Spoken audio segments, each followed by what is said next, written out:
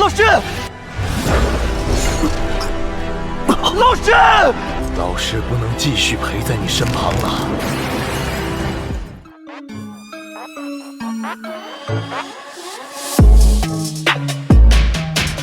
Halo para tetua, para pecinta Battle Through the Heavens dimanapun kalian berada. Gimana nih kabar para tetua yang selalu stay dan udah selalu meramaikan kolom komentar? Udah siap kancut dengan perjalanan dari Mang Oyan? Kuilang gak usah pakai lama-lama lagi, kita kancutkan perjalanannya dan selamat berimajinasi.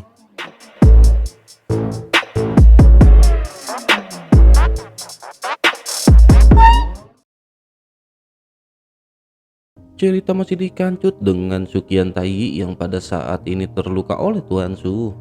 Di sana juga ada Suan King yang pada saat ini tampak masih terluka akibat pertempuran sebelumnya. Suan King dicekik oleh Tuan Su yang memprovokasinya untuk menghabisi Sukian Tai.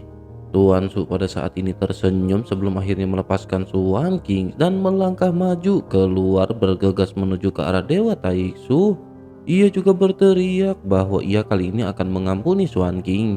Namun jika ia melakukan hal yang sama, maka ia di masa depan harus menebus kesalahannya dengan menghancurkan dirinya sendiri. Suan King pada saat ini menangkupkan tangannya dan membungkuk menunjukkan rasa hormat kepada Tuan Su. Sikapnya tampak menunjukkan rasa hormat yang sangat besar yang sangat kontras dengan sikapnya terhadap Sukian Tai. Meskipun ia diancam oleh Tuan Su, ia sama sekali tidak berani marah. Namun ketika ia menoleh menatap ke arah Sukian Tai, matanya langsung dipenuhi dengan rasa jijik yang luar binasa. Suan King pun bergumam bahwa Sukian Tai benar-benar merupakan pemborosan yang memalukan. Suan King juga pada saat ini tidak berani berpikir untuk menyerang Sukian Tai lagi. Namun sorot mata Suan King dipenuhi oleh niat membunuh dan ia hanya menyesal karena kekuatannya tidak cukup kuat. Jika tidak, ia pasti akan memanfaatkan kesempatan ini untuk menghabisi Sukian Tai. Sementara itu di kejauhan, Sukian Tai yang terluka parah mengeluarkan uap putih panas dari tubuhnya dan luka-lukanya tidak butuh waktu lama untuk pulih. Ia segera mendongak ke arah Suan King dan sesaat kemudian tubuh Suan King yang tampak terluka parah berubah menjadi garis darah dan menyemburkan seteguk darah. Sukian Tai hanya membutuhkan satu pikiran untuk menghabisi Suan King, tetapi ia tidak membunuhnya karena ia tidak berani. Ia pada saat ini hanya ingin memberikan pelajaran kepada Suan King. Tetapi meskipun begitu, mata Sukian Tai pada saat ini dipenuhi dengan niat membunuh. Ia mengepalkan kelima jarinya dengan kekuatan yang sangat besar sehingga persendian telapak tangannya menegang hingga mulai berderak. Bagi Sukian Tai, membuatnya berlutut tidak diragukan lagi merupakan penghinaan yang sangat besar. Ia tidak bisa menerima penghinaan seperti itu dari Tuan Su dan niat membunuh di hatinya mencapai puncaknya. Ia ingin mencabik-cabik Tuan Su untuk melampiaskan kebenciannya. Sukian Tai menggertakkan giginya dan ia pada saat ini mengambil keputusan. Ia bergumam bahwa apapun yang terjadi, ia harus menerobos level ke-6 dan dendam ini harus dibalaskan. Sukian Tai kembali mengepalkan tinjunya dengan keras hingga kukunya tertanam ke dalam daging telapak tangannya. Darah pada saat ini langsung mengalir. Pembuluh darah di dahinya membengkak dan terus berdenyut dan ia perlahan-lahan menekan kemarahan di dalam hatinya. Pada saat ini sambil memandang keluar di kehampaan di mana tempat Tuan Su berada, ia melihat kapal-kapal Dewa Taiksu yang tak terhitung jumlahnya yang berjejer di depannya dan setiap kapal berjarak sama. Mereka seolah-olah membentuk tembok persegi panjang yang sangat besar. Sukian Tai menyipitkan matanya dan pada saat ini dapat terlihat ada tirai tipis cahaya redup. Dewa Taiksu yang tak terhitung jumlahnya ini seperti semut di depan telur mencoba untuk memecahkan kulit telur dan memasukinya. Taiksu berusaha menerobos penghalang dunia sensi dan begitu ada kerusakan, Taiksu akan segera membanjiri sensi. Namun penghalang dunia sensi ini sangat kuat dan Taiksu telah menghabiskan banyak energi yang tak terhitung jumlahnya untuk menerobos penghalang dunia. Pada saat ini dapat terlihat banyak dewa Taiksu yang datang secara terus-menerus. Sumber daya yang mereka gunakan juga merupakan sumber daya yang mereka dapatkan dari suatu tempat. Akhirnya mereka mengumpulkan semua sumber daya di sini dan digunakan sebagai penyerangan kepada dunia sensi. Meskipun penghalang dunia sensi ini belum rusak di bawah pengeboman para dewa Taiksu yang tak terhitung jumlahnya, bagian yang dibombardir akan segera menipis. Penghalang dunia jelas telah menjadi jauh lebih lemah dan jika ini terus berlanjut, terobosan tampaknya hanyalah permasalahan waktu. Di antara dewa Taiksu yang tak terhitung jumlahnya, Tuan Su terlihat duduk di atas takhta besi hitam. Ia memegang kelapa dengan satu tangan dan kabut kacau muncul di depannya. Sesosok pada saat ini menangkupkan tangannya dan berkata bahwa ia akan melapor kepada Tuan Su. Tuan Su pun segera bertanya apakah hasil perhitungannya telah keluar. Sosok tersebut segera menjelaskan bahwa jika reinkarnasi yang mulia mokat, tingkat keberhasilan invasi ke sensi akan menjadi 100%. Jika reinkarnasi yang mulia mencapai keabadian yang lebih jauh, maka sensi akan memiliki peluang menang 1 dibanding 10.000. Hal ini masih sama dengan hasil perhitungan mereka yang terakhir. Tuan Su pun mengerutkan kening menatap ke arah kabut hitam yang tampak seperti hidup. Ia lanjut bergumam bahwa 1 dari 10.000 meskipun kemungkinan ini sangat rendah. Bagaimana mungkin seekor semut yang baru saja menerobos ke keabadian dewa dapat menciptakan peluang untuk membalikan kekalahan dalam pertempuran? Ini hanyalah 1 dari 10.000 dan mereka tidak boleh membiarkannya ada. Apapun yang terjadi, mereka harus menemukan cara untuk menyingkirkan apa yang disebut reinkarnasi yang mulia ini. Tetapi poin kuncinya pada saat ini adalah sekarang Tuan Su sama sekali tidak bisa pergi.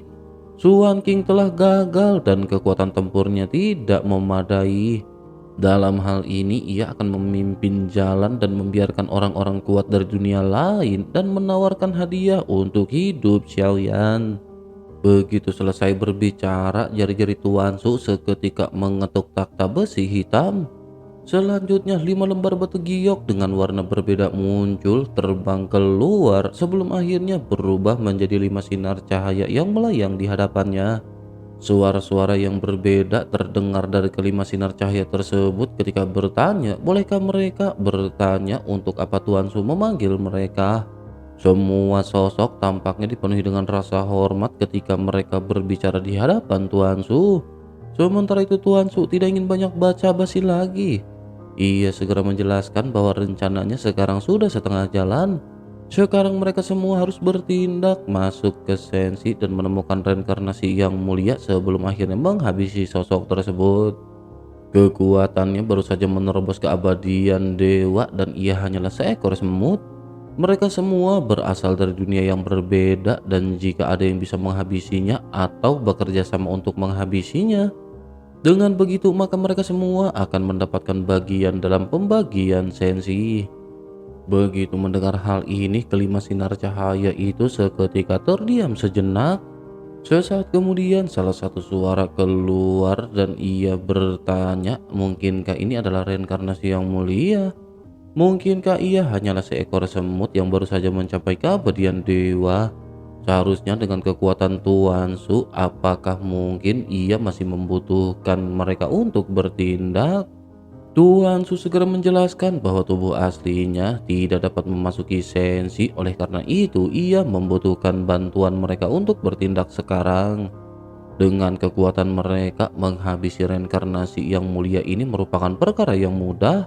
Selain itu ada banyak daerah misterius telah muncul di sensi yang mengandung banyak kekayaan.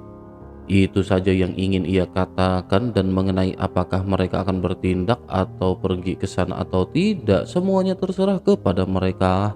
Setelah selesai berbicara, Tuan Su mengangkat tangannya dan melambaikannya dan kelima sinar cahaya ini menghilang. Sudut mulut dari Tuan Su perlahan terangkat seolah-olah ia pada saat ini memikirkan sesuatu. Selanjutnya Tuan Su bergumam bahwa untuk menghabisi Xiaoyan ia memiliki banyak cara. Ketika ia menerobos penghalang dunia, ia pasti akan menghabisi Xiaoyan sepenuhnya dan melenyapkan kemungkinan 1 dari 10.000 ini. Bahkan jika itu hanya 1 berbanding 10.000, tidak boleh ada variabel ini sama sekali. Sementara itu di dunia sensi di pavilion Qianji yang megah, sang permaisuri tampak sedang melukis. Tiba-tiba kuas di tangannya sedikit bergetar menyebabkan cacat pada gambar yang awalnya sempurna. Sang ratu pun bergumam dengan ekspresi khawatir di wajahnya, apakah yang akan terjadi? Ia tidak tahu bagaimana bencana ini akan muncul. Namun sepertinya ini akan lebih berbahaya daripada pertempuran dengan Taisu sebelumnya. Begitu selesai berbicara, ia mengetuk meja dengan ringan dan mengeluarkan sebuah selit batu giok.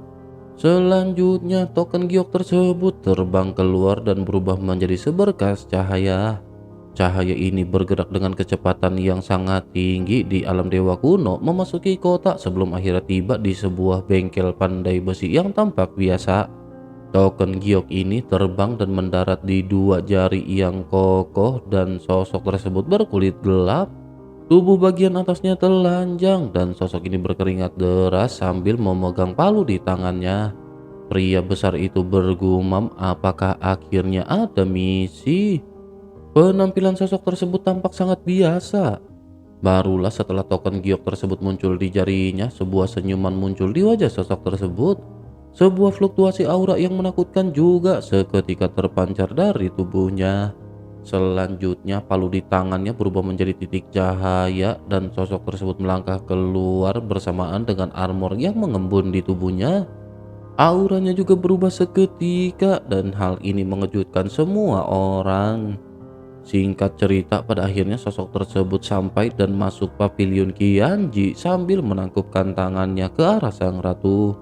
Sementara itu sang ratu pada saat ini segera berkata pada pria kekar yang bernama Wang Ye bahwa misinya kali ini adalah melindungi Xiaoyan. Jika terjadi sesuatu yang sangat berbahaya, maka ia harus mengawalnya pergi dengan cara apapun. Wajah pria yang bernama Wang Ye tampak menjadi serius ketika ia mendengar hal ini. Wang Ye lanjut berkata bahwa ia akan mematuhi perintah sang ratu. Ia akan melindungi Tuan Xiaoyan dengan cara apapun, bahkan dengan mengorbankan nyawanya.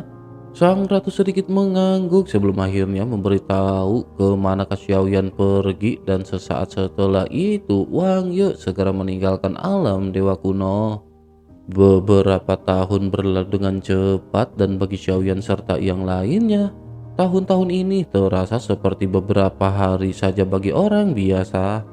Selama kurun waktu yang singkat ini, semua orang di tim Fearless tampak berkumpul kembali, mengobrol dan tertawa menikmati kehidupan yang damai. Xiaoyan juga bahkan tidak berlatih, namun Xiaoyan terintegrasi dengan kehidupan yang sangat bahagia. Di dalam kapal dewa kuno, di kamar eksklusif Xiaoyan, ia berbaring di atas ranjang besar dengan beberapa wanita cantik berbaring di lengan Xiaoyan yang terbuka. Pada saat ini Xiaoyan memiliki senyum yang sangat bahagia di wajahnya. Dikelilingi oleh wanita di kedua sisi, benar-benar sangat indah, membuat Xiaoyan tertidur sambil tersenyum penuh kenikmatan. Setelah Xiaoyan memiliki 3 anak, Xiaoyan pada saat ini tidak ingin melanjutkan lagi memiliki anak. Alasannya adalah karena ia kini tidak dapat menghabiskan banyak waktu bersama istri-istrinya.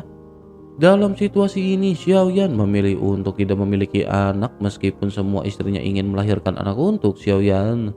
Xiaoyan pada saat ini berencana untuk menyelesaikan sepenuhnya krisis invasi Taixu, dan setelah semuanya tenang, barulah Xiaoyan akan berfokus untuk kembali menambah anak. Sementara itu, kapal dewa kuno pada saat ini melesat dan setelah beberapa kali mempercepat formasi teleportasi, kapal dewa kuno secara bertahap melambat, dan setelah memasuki kehampaan laut barat, hati semua orang menjadi dingin. Lautan kehampaan yang seharusnya dipenuhi dengan bintang-bintang yang bersinar pada saat ini benar-benar meredup. Hampir tidak ada cahaya yang terlihat, dan barulah setelah mereka masuk, pemandangan tragis muncul di depan mata semua orang. Bintang-bintang kehilangan cahayanya dan ada lubang besar di tengahnya, persis seperti orang yang jantungnya diambil. Selanjutnya, meteorit yang tak terhitung jumlahnya muncul, dan kekuatan besar ini membawa pecahan bintang yang pecah membentuk badai. Banyak ledakan seketika terjadi di mana meteorit ini menghantam penghalang luar dari kapal Dewa Kuno. Untungnya kekerasan kapal Dewa Kuno ini jauh melampaui kekerasan dari para meteorit. Kapal ini masih tetap stabil tanpa adanya guncangan apapun. Namun meskipun begitu, kawanan badai dan meteorit ini tampaknya baru saja dimulai. Selain dari kelompok meteorit, seluruh kehampaan Laut Barat tampak telah kehilangan stabilitasnya dan semua wilayah bintang telah mokat. Laut Barat ini bukanlah neraka, tetapi pemandangannya saat ini seperti neraka. Dalam waktu singkat, kapal Dewa Kuno tempat Xiaoyan berada menghadapi badai kehampaan yang sangat besar. Kehampaan Laut Barat ini bagaikan orang yang sedang marah, dan gugusan meteorit ini seakan-akan merupakan auman jiwa-jiwa yang tak berdosa yang tak terhitung jumlahnya yang meninggoy secara tragis di dalamnya. Badai kehampaan yang meratap ini bagaikan tangisan kehampaan lautan barat meratapi anak-anaknya yang tak terhitung jumlahnya yang telah gugur. Xiaoyan berdiri di geladak dengan ekspresi serius menatap ke arah kehampaan Laut Barat hari ini. Tak seorang pun di tim Fearless masih bisa tertawa. Semua orang terdiam meratapi kehampaan lautan barat. Bagaimanapun mereka lahir di sini dan ini adalah rumah mereka. Sekarang rumah itu sudah tidak ada lagi dan banyak nyawa telah melayang. Hal ini dapat dikatakan sesuatu yang sungguh menyedihkan.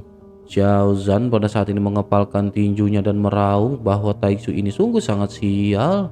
Ini semua adalah salah mereka. Xiao Zhan akan menjadi kuat dan menghabisi Taixu tanpa meninggalkan sehelai armor yang mereka miliki. Semua orang terdiam dan mereka merasakan hal yang sama dan mata mereka tampak terlihat merah.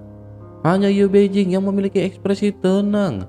Ia melihat orang-orang yang marah dan bahkan pada saat ini merasa sedikit bingung. Yu Beijing pada akhirnya berkata perlahan bahwa kekuatan Xiao Zhan terlalu lemah. Jika Taixu benar-benar menyerang, Xiao Zhan mungkin hanya akan menjadi umpan meriam.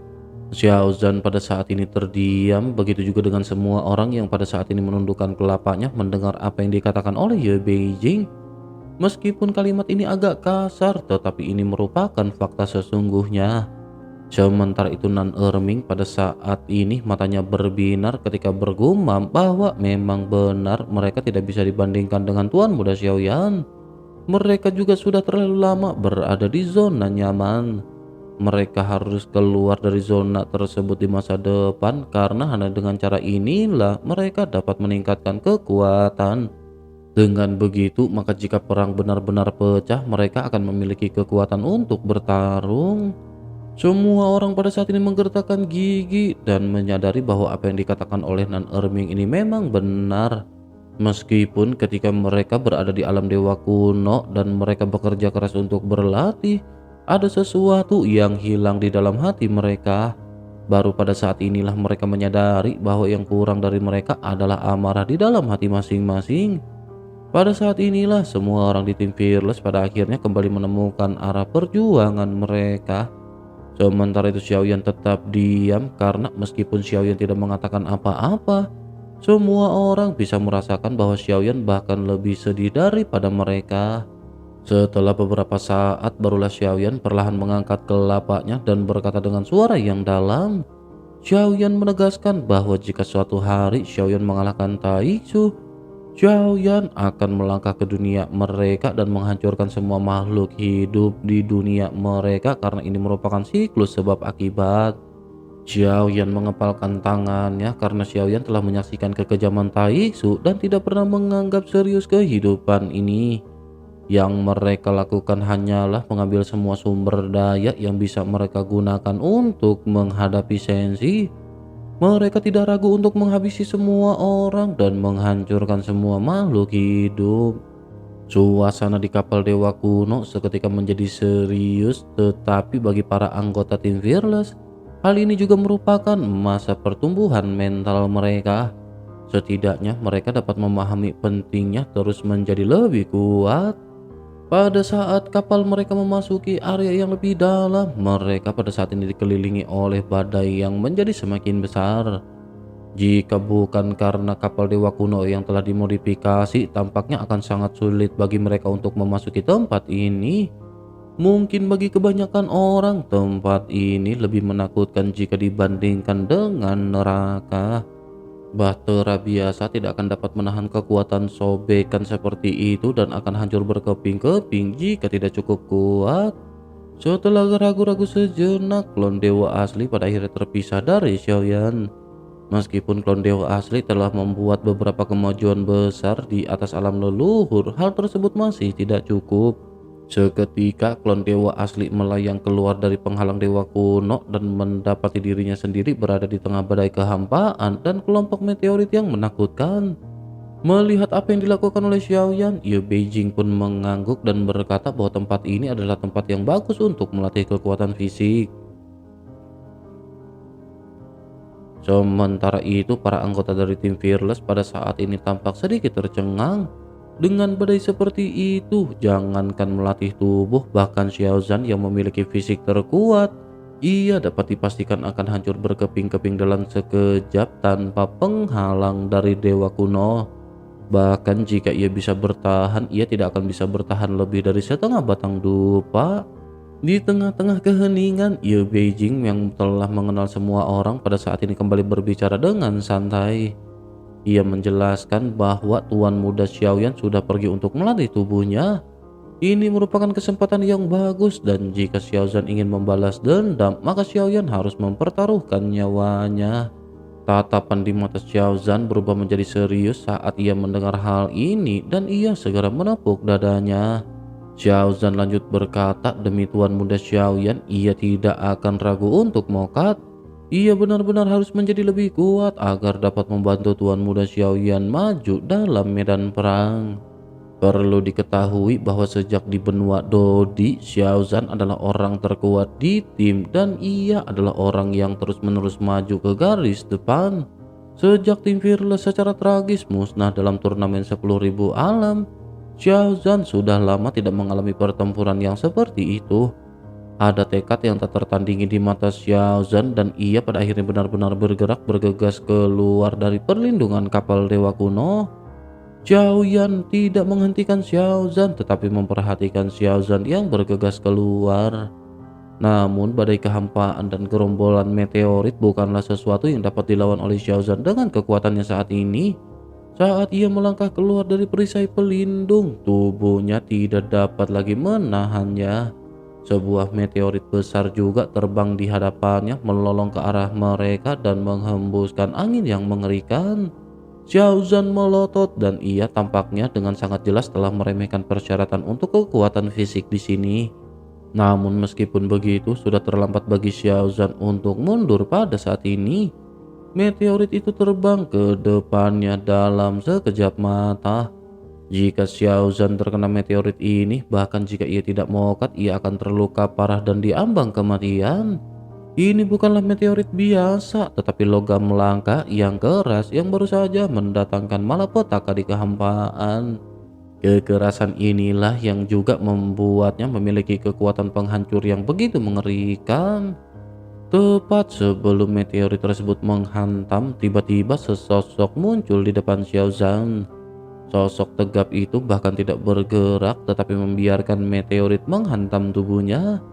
Dengan suara keras, meteorit yang menghalangi Xiaozan ini hancur seketika. Sosok tegap itu sama sekali tidak bergerak dan hanya berdiri dengan tegas. Sosok tegak ini tidak lain dan tidak bukan adalah klon dewa asli Xiaoyan. Pada saat ini ia memperkuat tubuhnya sekaligus membantu Xiaozan mengolah kekuatan fisik. Ia juga berkata bahwa sebaiknya Xiaozan berdiri di belakangnya dan melawan kekuatan badai yang ada di sini. Hal ini akan sangat bermanfaat bagi kekuatan fisik Xiaozan. Selanjutnya, klon dewa asli mengambil setetes esensi darah dewa asli dan memberikannya kepada Xiaozan. Xiaozan mengambilnya dan setelah Xiaozan menelannya, kekuatan ki dan darah yang belum pernah terjadi sebelumnya meledak. Namun setetes darah dewa asli ini sesungguhnya lebih mengerikan jika dibandingkan dengan badai kehampaan. Jika Xiaozan dapat menyerap darah dewa asli, tubuh dan kekuatannya akan dapat membuat kemajuan yang besar. Ye Beijing di kejauhan sedikit terkejut menatap ke arah Xiaoyan yang tersenyum tipis. Ia bergumam bahwa Xiaoyan benar-benar menyumbangkan esensi dan darahnya. Bahkan ia meluangkan waktu untuk membantunya berlatih. Sepertinya ini adalah persaudaraan yang layak dipertaruhkan dengan nyawa. Ye Beijing pada akhirnya kembali menatap ke arah banyak sosok yang berada di sekitarnya.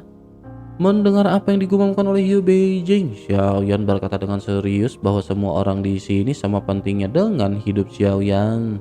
Mendengar hal ini, semua orang menatap ke arah Xiaoyan dengan mata tersentuh. Bagaimana mungkin mereka tidak mengerti hati Xiaoyan?